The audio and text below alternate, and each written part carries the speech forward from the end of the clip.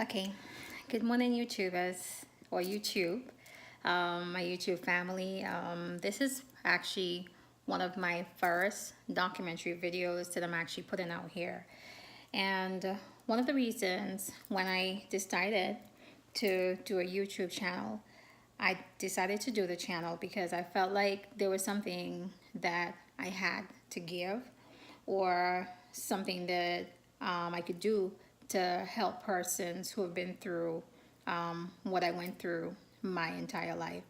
Now, speaking from what I've been through from birth to now, at the tender age of in my 40s, it's been a lot and it's been a real life journey. It's been a roller coaster. It's been a journey of lessons learned, mistakes made, and learning life all over again for the umptieth and umptieth time. So, if there's anyone watching this and you think that your life is not perfect, or you think that you've failed yourself, or you felt like you're not where you're supposed to be in life, just know that that journey that you've been in your life happened because it was supposed to happen. It wasn't a case where the journey came unexpected for us. It might have felt that it was unexpected, but that's just the way how it was supposed to be. But it's just that with each journey and everything that happens in your life, you're not sure what the lesson it is that you have to learn. Some of us leave this earth and we don't even know the lessons that we were put here for. Now, me, I was adopted when I was 3.5 years old into a family, pretty wealthy, had a lot of money, a politician in an island, a well-known island, and this is the family that I grew up in. My life with my real mom between birth and 3.5 years of age was very vague. I don't remember a lot of it.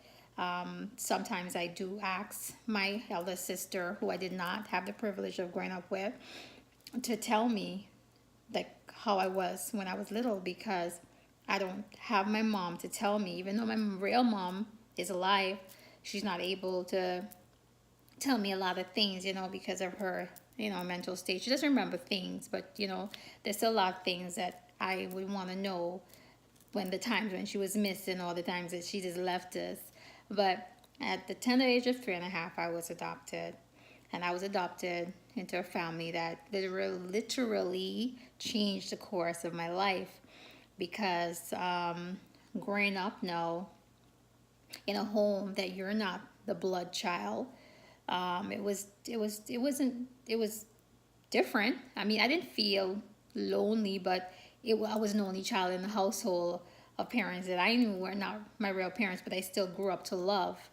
And remember, growing up as 3.5, my adopted mom, she was very conscious of the fact that she could not have any children. So me talking about my real mother became a problem, and because of me talking about my real mother, it would actually prompt her to beat me or give me beatings if this was something that was mentioned, in front of her.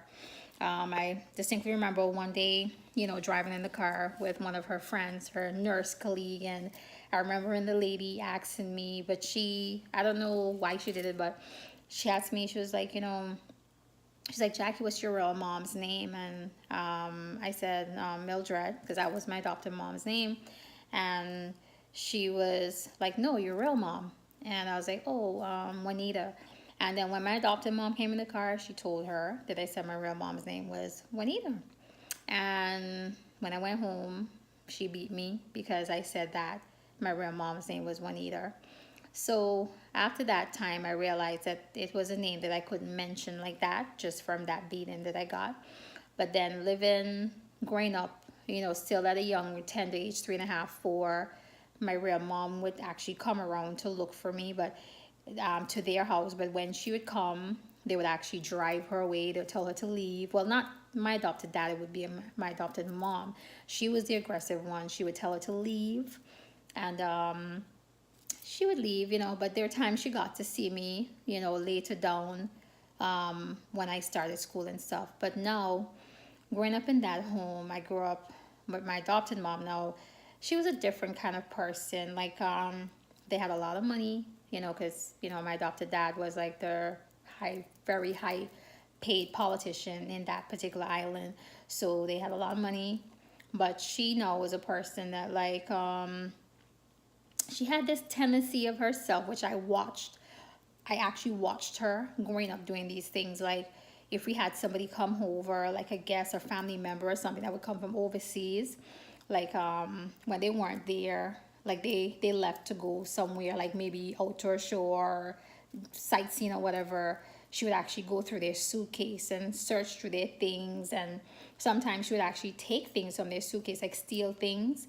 I remember there were different times where I would see her, like, maybe take a shades or powder. Just, it was just simple stuff. Like, but she would take these things, and so when they leave, go back to the U.S. At that point, they would be leaving without items that they probably were not aware of, but she would have them, and then you would see her later down wearing these things, maybe wearing the shades or, other particular items. She would have it. Not sure why she would do it, because of the fact that they had a lot of money. So there was really no need for her to do that. But I watched her doing these things growing up, and I watched her. I've never said anything to her, but I just watched her do it. And as I got older, I went into my teen years. That's when things started to get a little bit more rough, because I couldn't have a boyfriend, which it's not like I wanted a boyfriend, but it was just like, people had a little, what you call it, a crush or something. But she was always quick to say something like, oh, like if, she thought that I was talking to a boy or something, she would say, oh, you're going to end up crazy like your mother, or you're going to drop out of school pregnant. She would just say a lot of negative things in my life. But because I was young, I did not know that words can play a very essential part of your life by the words that people say. Because a lot of times she used to say that I would not become anything in life.